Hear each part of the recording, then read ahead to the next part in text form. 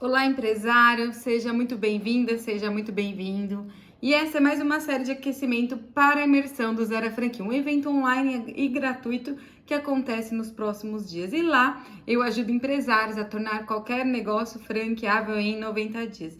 Então, eu sou Isabel Cardoso e na aula de hoje nós vamos falar sobre a legislação do sistema de franquia brasileira. Hoje eu quero começar com uma reflexão. Nós vamos falar sim da legislação para você, empresário, poder contextualizar aí o que acontece hoje no Brasil, como já foi, como que está acontecendo, quais são as regrinhas ali, o que você tem que saber quanto a essa situação mais burocrática. Mas o que eu quero só falar um pouquinho antes, que assim, não é só um empresário que não tem conhecimento da legislação de franquia no Brasil. Eu tenho percebido, e é uma reflexão minha, que há uns 3 anos que eu tenho ficado mais perto da parte acadêmica, das universidades, das faculdades, de alguns cursos de empreendedorismo, de alguns outros consultores do setor na área de administração, de marketing, finanças. O que eu tenho percebido? Que falta conhecimento de franquias em todas as profissões. Vamos dizer, quando eu me formei em administração de empresas, quando eu fiz publicidade e propaganda, eu também tenho um MBA em gestão de negócio. Na época do MBA, eu tive 3 professores que tinham conhecimento aí no setor de franquias. Mas na faculdade de administração pouco se foi falado. O que eu tenho visto dentro do mercado hoje brasileiro? Nós temos visto uma tendência de mais empresas tendo conhecimento e adquirindo essa possibilidade de transformar os seus negócios em franquia. Até você que não quer ter uma rede de franquia, pensa em ter filiais, pensa em crescer o seu negócio, mas quer utilizar técnicas ali administrativas, financeiras, que o sistema de franquia proporciona para a sua unidade piloto, para o seu novo plano de negócio. Então, o que acontece? No setor de franquias, no setor do empreendedorismo, do varejo, a gente percebe que tem profissionais como arquitetos, engenheiros, designers, advogados, administradores. A gente vê algumas profissões nascendo. A gente tem um consultor de campo de franquia, consultores de campo até então, agora é o consultor de franquia, porque antes da pandemia era muito presencial, hoje a gente sabe que permitiu as coisas mais online, onde aproxima essa relação franqueador e franqueado. A franqueadora é o clube, o franqueado os associados, os sócios e outras. Nós vemos também a expansão de franquia, o gerente de operação, pessoas que têm que ter o domínio nos conceitos básicos de franquias, nos conceitos avançados de franquia, para poder aplicar no mercado brasileiro, para poder aplicar nas empresas que elas atuam. A gente percebeu que todas essas profissões, desde o arquiteto, do design, eles têm que ter esse conhecimento dessa parceria entre franqueado e franqueadora, colabora o sistema e ainda falta. Então, eu falo que no meu propósito, eu acordo todos os dias levantando a bandeira do sistema de franchising, o sistema de franquia, na intenção de poder levar esse conhecimento para mais pessoas. Então, se você está aí, é porque talvez eu tenha despertado esse interesse em você conhecer mais sobre franquias. E hoje nós vamos falar um pouquinho mais da parte burocrática, o que foi no decorrer das décadas de 90, a última atualização dessa lei de franquia. Vou contar um pouquinho o que você deverá saber sobre isso e o que você poderá hoje aplicar no seu negócio. Essa minha reflexão vem na intenção de dizer que a falta de informação não é só dos empresários, às vezes, é sim de várias profissões que o mercado de franquia está solicitando. E assim, uma delas que a gente mencionou, que é a questão dos advogados. Eu tenho uma amiga, a gente virou amigas, né? Que a gente trabalhou muito tempo na Associação Brasileira de Franquias. E quando eu comentei isso com ela a respeito dessa reflexão, ela falou: na parte jurídica também não. Ela é uma advogada especializada em franquia e ela teve que ir muito sozinha buscar informação. A gente atua já, ela, né, mais tempo que eu, acho que praticamente há 20 anos nesse mercado, e ainda assim a gente sente que é carente. Só para vocês poderem entender, nós tínhamos a primeira lei de franquia, 8.955, que foi de 1994. Foi a primeira lei de franquia no Brasil. E depois nós tivemos uma correção, uma atualização em 2019 na Lei 13.966. Então, se você digitar aí no Google para procurar um pouco sobre essa lei, você vai ver que foram essas duas leis que aconteceram. Então, é de 94 e agora de 26 de dezembro de 2019, onde nós tivemos a atualização. Como eu sempre falei aqui, a ABF, que é a Associação Brasileira de Franchise, a Associação Brasileira de Franquias, que ela fica situada ali em São Paulo, perto da Marginal, quem tiver a oportunidade de ir, porque eles são sempre calorosos, receptivos ali, eles são dispostos a realmente fomentar o sistema, e eu sou uma apaixonada pelo sistema e pelo trabalho que a ABF faz no setor brasileiro. Eles são responsáveis, sim, pelo fortalecimento do franchise no Brasil, levantando bandeira, trazendo educação corporativa, ensinando empresários, ensinando os franqueadoras, trazendo no mercado o setor, eles dividiram o setor por, vamos dizer, nós temos, dentro da ABF tem alguns setores, então tem o setor de educação, que foi um dos primeiros, que era na área de escolas de inglês. A gente tem várias escolas de inglês aí que a gente conhece, sobre o CNA, Wizard. Nós temos também uma forte tendência em alimentação, que é o maior número de quantidades de unidades. A gente vem crescendo na área de construção, na área de serviços, na área de saúde, beleza. A gente vê também clínicas odontológicas, médicas, transformando em franquia, usando o quê? As boas práticas de gestão no seu negócio. Isso é muito importante para o empreendedorismo no Brasil. Então, quando a gente estava falando a respeito desse setor, nós temos também comitês de advogados especializados em franquias que amam o setor. Eu conheço alguns, eles defendem a questão das duas situações, do franqueado e do franqueador. Eles fazem assim, estamos defendendo a questão de franqueador, porque hoje a BF também faz eventos para franqueados, multifranqueados, e também aqueles franqueados que são multimarcas, aqueles que têm mais de uma unidade ou que têm mais de unidades com marcas diferentes.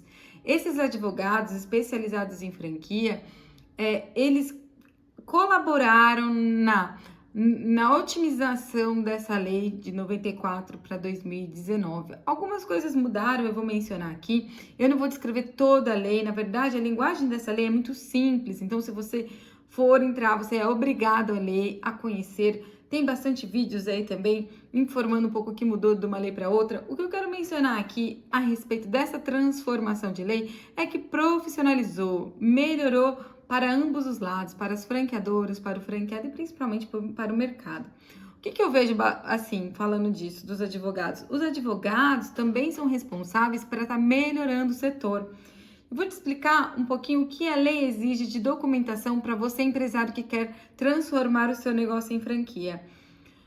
Dentro de um processo que o franqueado compra uma unidade de franquia da franqueadora, a franqueadora recebe o valor ali de taxa de franquia, que é o valor que dá o direito de uso da marca, dá o direito do franqueado ser o responsável e operador por aquela empresa. Quando ele define isso, antes dele pagar a taxa ou assinar qualquer contrato, é exigido em lei um documento que chama Circular de Oferta de Franquia, a COF. Na COF eu vou descrever um pouco mais, mas também como anexo temos aí fornecedores homologados, os franqueados com telefones atuais, também tem num período de um ano, de 12 ou 24 meses, agora a questão dos últimos franqueados, dos franqueados que saíram da rede, a demonstrações financeiras, os balanços, os direitos, os deveres do franqueado e do franqueador, pré-contrato e o contrato. O pré-contrato, ele não é um item obrigatório.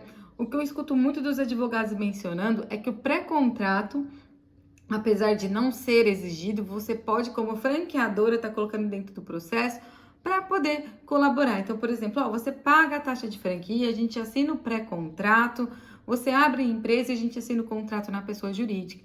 É uma exigência que o franqueado, esse novo franqueado, constitua uma empresa separada do franqueado. E aí, às vezes, tem alguma nomenclatura na razão social, ali ou no nome fantasia, que ele não poderá estar utilizando, vai muito ter que estar descrevendo. Na circular de oferta de franquia, quando você pega o índice normalmente de uma boa circular de oferta de franquia tem todos os itens obrigatórios que a lei de franquia exige, tá certo? Pensando na COF, na Circular de Oferta de Franquia, um documento exigido na lei de franquia brasileira, você pega um bom índice, como eu mencionei, que é sempre elaborado por um advogado especialista no setor.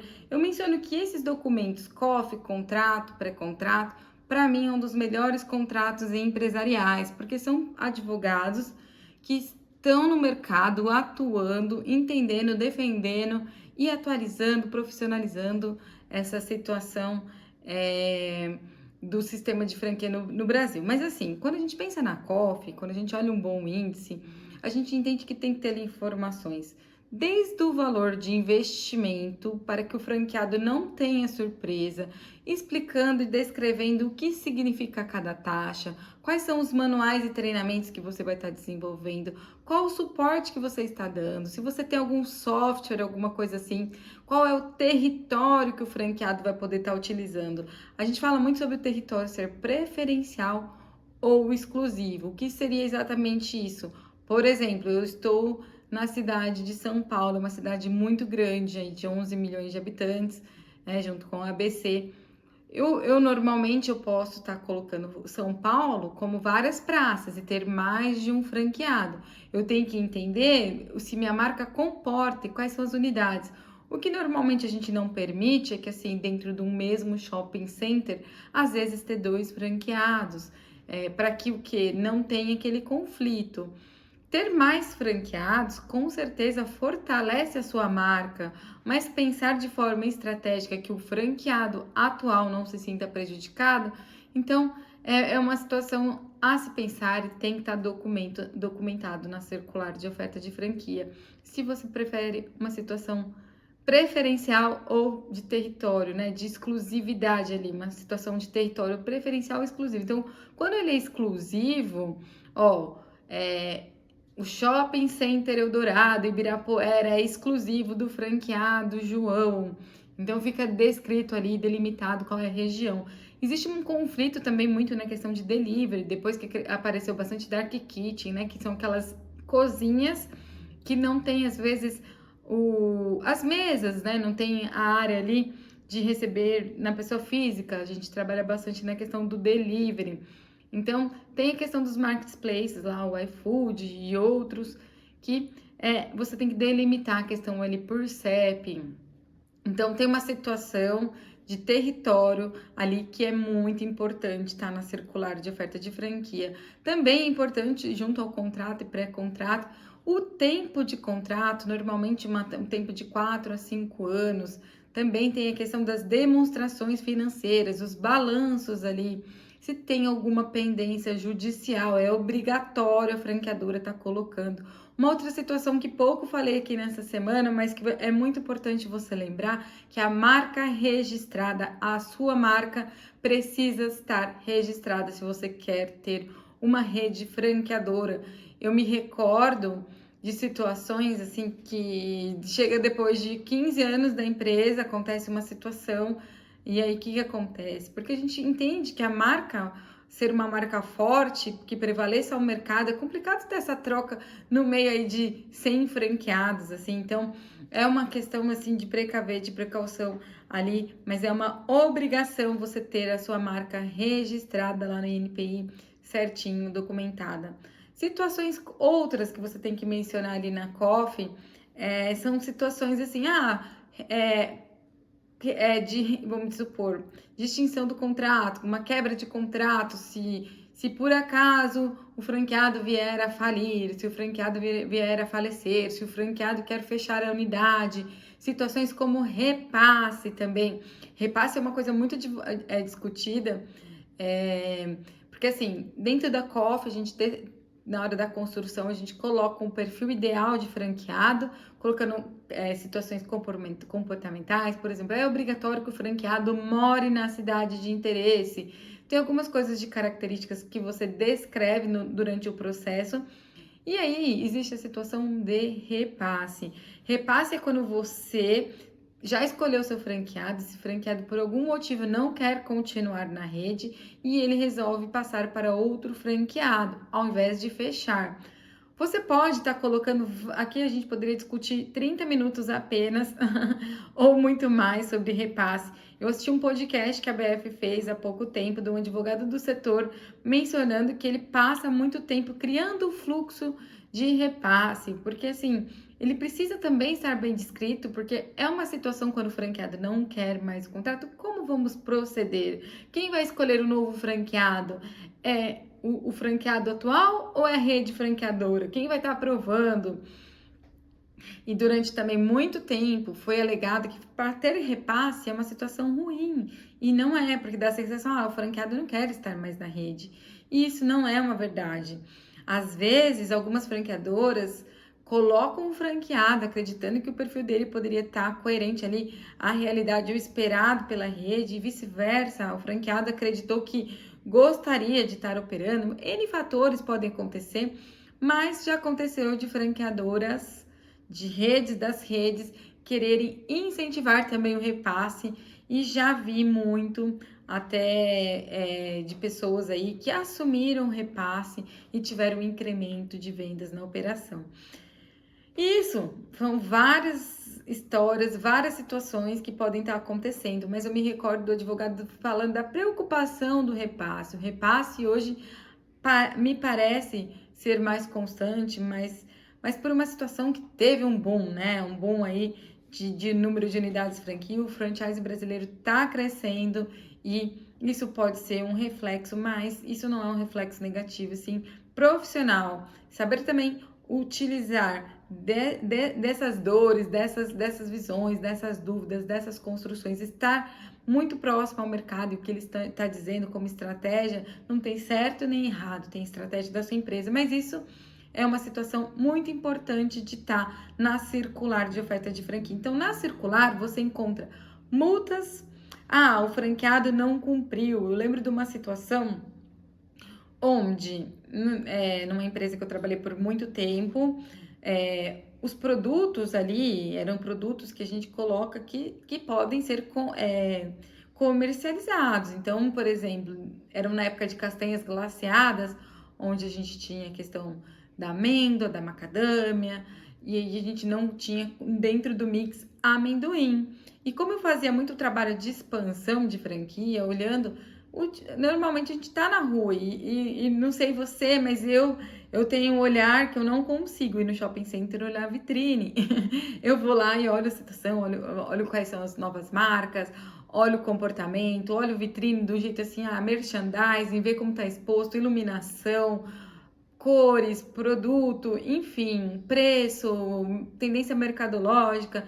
Eu olho muito a questão de fluxo, como que é desenhado o shopping center, como é desenhado as ruas, como é desenhado um aeroporto, os strip malls, que agora vieram forte, que são aquelas áreas que parecem de posto de gasolina, que são lojas ali que tem normalmente uma loja de conveniência, um salão de beleza, um mini mercado que tem um estacionamento fácil, que você não paga estacionamento, apesar que eu fui esses últimos 15 dias que pagava já, mas o que eu quero dizer é que dentro dessa realidade de olhar, né, que a gente acaba criando ao andar na rua, ao estar aí, a gente começa a também a estar mais perto do mercado e poder compartilhar com vocês e vocês também terem essa visão.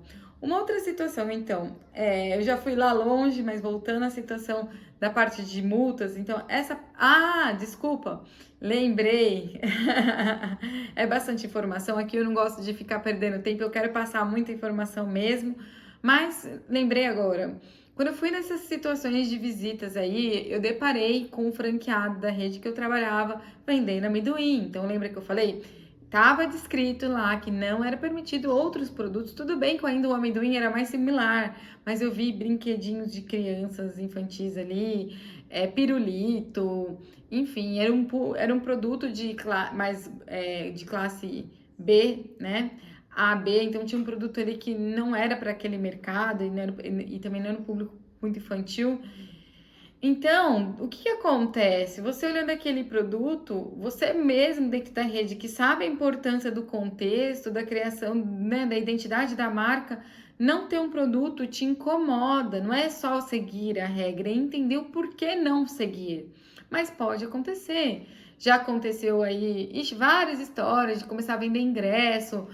Se a franqueadora permite, se você consegue estar conversando, entender que faz sentido para você, que realmente alavancou as vendas, que foi um ponto que ali, ó, na hora de comprar o ingresso, permitiu a conversão de uma venda, mas tem que ficar isso muito bem alinhado.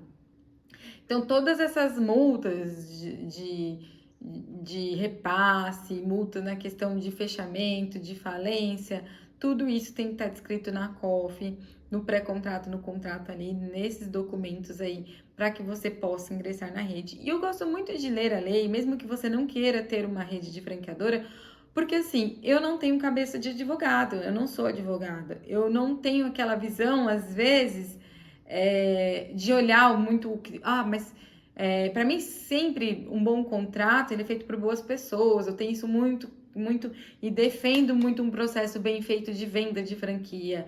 Né? Eles levantam agora a bandeira, a ABF, a Associação Brasileira do Franchise íntegro, né?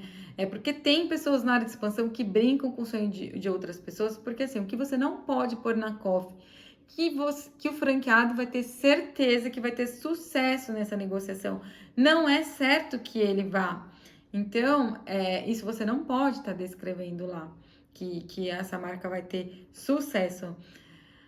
Ou quer dizer, que o franqueado, que essa unidade é sinônimo, franquia não é sinônimo. A gente entende que o processo de seleção é um processo de seleção que ele vai de aprendizado, assim como colaborador, você vai começando a ter perguntas chaves para poder diminuir o erro, de que o alinhamento de expectativa ali na entrevista faça com que vocês ambos tenham sucesso, a franqueadora e o franqueado. Então, mesmo se você não queira ser uma rede franqueadora, utilizar essas técnicas daquele pensamento do advogado, porque a lei atual de franquia, ela teve uma evolução, ela é feita por advogados empresariais especializados em franquia, e tenho certo que se você ler, se você conseguir poder usufruir também de alguma parte dela, você vai aplicar no seu negócio. E se você realmente for uma rede de franqueadora, você também tenho certo que você vai ficar. É um dos melhores contratos empresariais que existem hoje, na minha opinião, tá bom? Agora, vamos pensar um pouquinho a respeito dessa mudança de 1994 para 2019. Tem uma situação que eu gostaria de deixar muito tranquilo, que eu mencionei já hoje no vídeo, que o franqueado que entra na sua rede, o novo franqueado, ele tem que ter uma empresa aberta, uma empresa aberta conforme as situações contábeis exigidas aqui no Brasil, seja ela a classificação que você considera o ideal, como experiência, né? A questão de ser super simples, ser MEI. Existe uma exigência também com o K&I, quando você ter a franqueadora. Então, se você tem uma unidade piloto e você vai ter uma franqueadora, é exigido em lei um K&I específico para você estar recebendo a taxa de franquia, de royalties. Eu não mencionei lá no começo do vídeo, os contadores também hoje, eles precisam estar especializados, eles também estão se especializando no setor de franquia, agora que a gente está com o mercado mais ativo, mas ele também é um profissional que eu não mencionei, que na faculdade de contabilidade também não se fala muito de franquia. Então, só para lembrar que não é só o empresário brasileiro que não tem ciência, conhecimento dos conceitos, das técnicas praticadas de franquia. Mas eu queria trazer um conceito prático a respeito de que quando o franqueado abre uma unidade, que ele faz a constituição da empresa dele, a razão social, tem os seus funcionários. Teve uma época, que foi na época que eu trabalhei antes de 2019, o que acontece? Tinha uma situação que não estava clara dentro da lei de franquia, onde que os funcionários do franqueado, caso esse franqueado tivesse uma falência, pudesse o quê? Entrar com ação direto com a franqueadora. Eles entendiam que era um pouco complicado a franqueadora treinar, né, o funcionário, o colaborador do franqueado, para que não houvesse esse vínculo empregatício. E assim, entende-se que se a partir do momento que o franqueado tem uma empresa constituída e tem seus funcionários, folha de pagamento, e tem todo o histórico ali, né,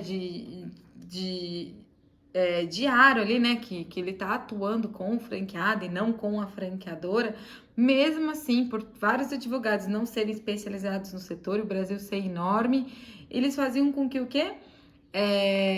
Esse funcionário tinha essa briga que a franqueadora, ó, vamos tomar cuidado quando treinar para não parecer vínculo ter vínculo ali empregatício.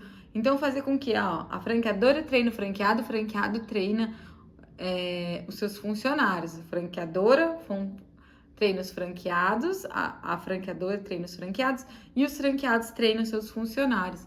O que acaba sendo, vamos dizer, a gente sabe, eu acredito que você mais do que eu, sabe que é difícil criar um treinamento, um material de desenvolvimento. Então, a franqueadora com essa expertise, porque ela tem a habilidade de treinar muito mais, né? Normalmente, uma franqueadora às vezes tem mais de um ponto próprio, ela começa a treinar os franqueados, então tem uma pessoa que vai começando a ser contratada especialista para treinamento. Então, é mais ou menos aquela coisa de telefone sem fio, né? A franqueadora para o franqueado para os funcionários. É uma facilidade os funcionários serem treinados pela franqueadora. Eu me lembro num treinamento onde, por exemplo, o franqueado entrou na rede franqueadora, ele recebeu um treinamento teórico, um treinamento prático em cima daquela situação, operação, vendas e gestão.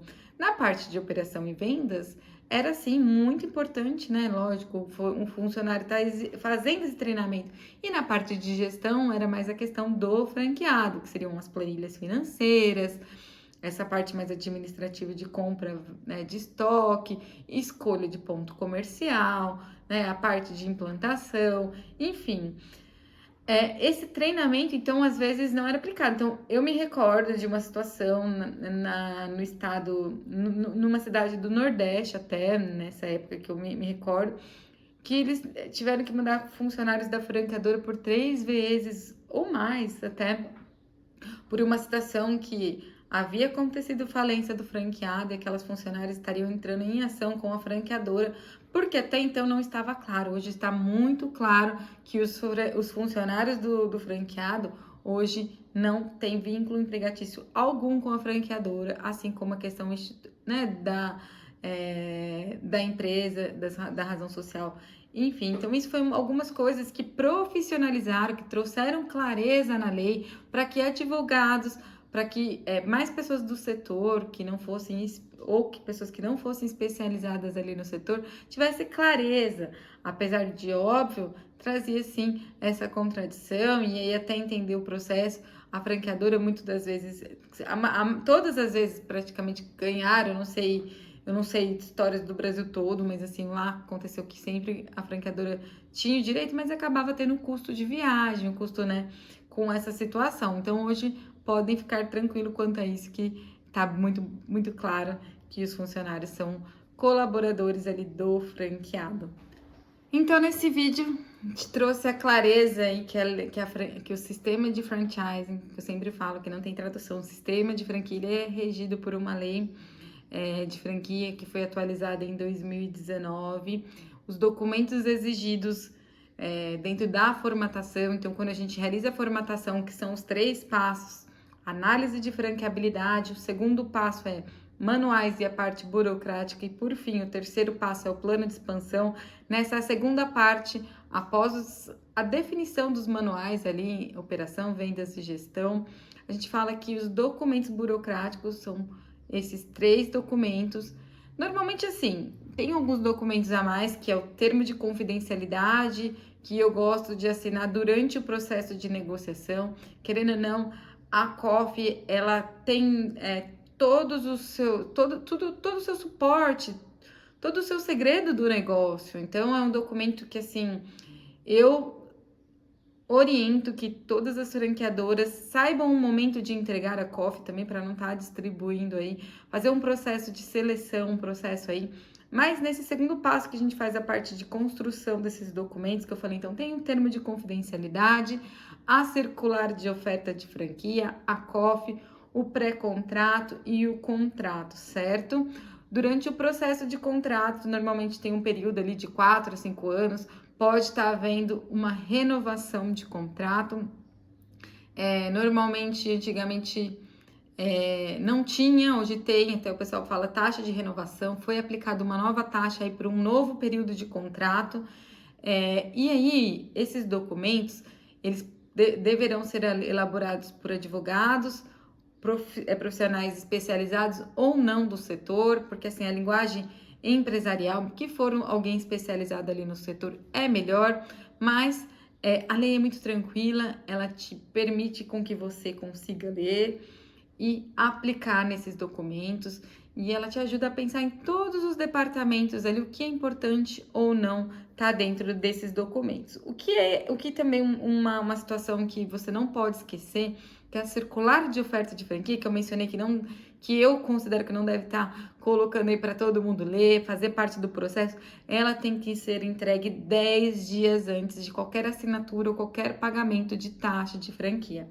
Teve uma vez que investidores me procuraram para poder, porque eu já orientei bastante pessoas que querem comprar franquia, várias pessoas me procuram, querem comprar, porque quem quer comprar franquia, que não tem conhecimento também dessa parte de legislação, dessa parte, o que devo olhar. Então, a primeira coisa que eu fiz, perguntei para esses investidores: você já está em qual momento da negociação da franqueadora? Você já recebeu a circular de oferta de franquia? E elas me responderam não. E aí eu falei: então tem alguma coisa estranha. Nem me atentei que poderia ser licenciamento. Então, existem lojas no varejo que utilizam hoje a questão de licenciamento. Eu não vou falar agora porque as pessoas optam, não vou entrar em detalhes agora na questão de licenciamento, mas a COF, para empresas que querem licenciar, não é exigido, mas para a COF ela é exigido pelas leis de franquia. Então, esse documento tem que ser entregue 10 dias antes de qualquer assinatura de contrato ou qualquer pagamento de taxa. Eu me recordo que logo foi quando eu participei da minha primeira feira de franquia, acho que em 2010. Eu estava lá no stand da ABF, que eu trabalhava na ABF, na Associação Brasileira de Franquia, na área de comunicação e treinamento. Então eu participava lá já na parte de responsabilidade ali na organização dos treinamentos. Por isso que desde lá eu tenho muito valor pelo trabalho que eles fizeram. Eu me recordo que eu fiquei perto da assessoria de imprensa, assim, o que a assessoria de imprensa fez de divulgação ali na época da feira de franquia, mas o que eu quero contar é que eu lembro que chegou um consultor das antigas, de 94, que eu tenho total respeito, que é o Marcos Hirai. Ele olhou para mim e falou assim: Isabel, você acredita que há anos atrás as franqueadoras colocavam assim, ó, numa placa, compre franquias e ganhe um videocassete? Sim, você saia com uma franquia e com um videocassete. Assim, era real isso. E assim, você tomar a decisão de comprar uma franquia, você tomar a decisão de ter um negócio, você empresário sabe disso, não é uma decisão que é uma tomada de decisão da sua vida, da sua rotina, do que você tem, né? Não sei que. Não sei, tem muitas, enfim.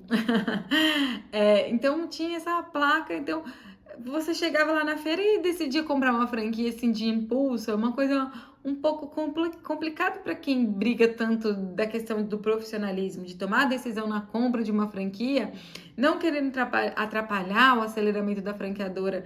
É bom para ambos, né? Pensar na sustentabilidade ali da rede, tendo bons franqueados. Então, pensando nisso, foi discutido muito. Então, hoje a COF não te permite você vender, às vezes, uma franquia ali, porque você tem que ter esse aparato de conhecer, definir esse perfil desse franqueado. Isso não é exigido da lei, mas a COF, no processo de seleção, nesse processo de venda de franquia, é um documento, sim, que você tem que entregar 10 dias antes de qualquer assinatura, né, qualquer pagamento ou assinatura de um pré-contrato ou contrato, tá bom? Então, se por acaso você vê que alguma marca não entregou uma circular de oferta de franquia, talvez você tenha que se atentar, igual a mim, que na hora falou: será? Tá de rolo essa marca. E não era porque era uma empresa licenciada e não era uma franqueadora, né, no caso. E, de qualquer jeito, também eles levavam muitas questões das técnicas do franchise, e aquele contrato, com certeza, foi bem próximo da lei, porque era um contrato muito bom, inclusive, e eu vejo que isso é, sim, um trabalho dos advogados que estão no setor, pensando sim em profissionalizar, pensando na franqueadora, no franqueado, nesse direito aí que nós temos hoje, essa lei que para mim prevalece, elaborar um bom contrato empresarial. E eu sempre vou finalizar falando que um bom contrato empresarial é aquele feito por boas pessoas. Então, é isso. Mas enfim, eu acho que hoje, quando eu penso em boas pessoas, não é só pensando na questão comportamental ali, que não pode haver um repasse, mas sim para não ter impedimentos assim, que eu tenho só uma situação também que tô para finalizar aqui, mas assim, eu tenho muitos amigos no setor que a gente troca bastante informação. Teve uma época que algumas pessoas na área de expansão, eles podem agir com má fé, porque, querendo ou não, o pessoal de expansão normalmente é comissionado para a venda de franquia. Eu já fui comissionado. E isso não quer dizer que você não possa fazer um bom trabalho. Digo assim, de não querer atrapalhar o sonho da outra pessoa, né? Utilizar de frases de má fé para convencer o outro a comprar uma franqueadora. E eu acho que uma das coisas utilizadas de má fé é você garantir uma lucratividade ou um faturamento ou garantir sucesso. Você pode apresentar históricos, tem sim termos de confidencialidade, que às vezes não é permitido você falar faturamento de outros franqueados ali, porque pode estimular uma concorrência. Então, ó, eu tenho uma marca de óculos em ponto X, e aí você divulga a questão de faturamento, aquele novo franqueado ainda não está dentro da sua rede.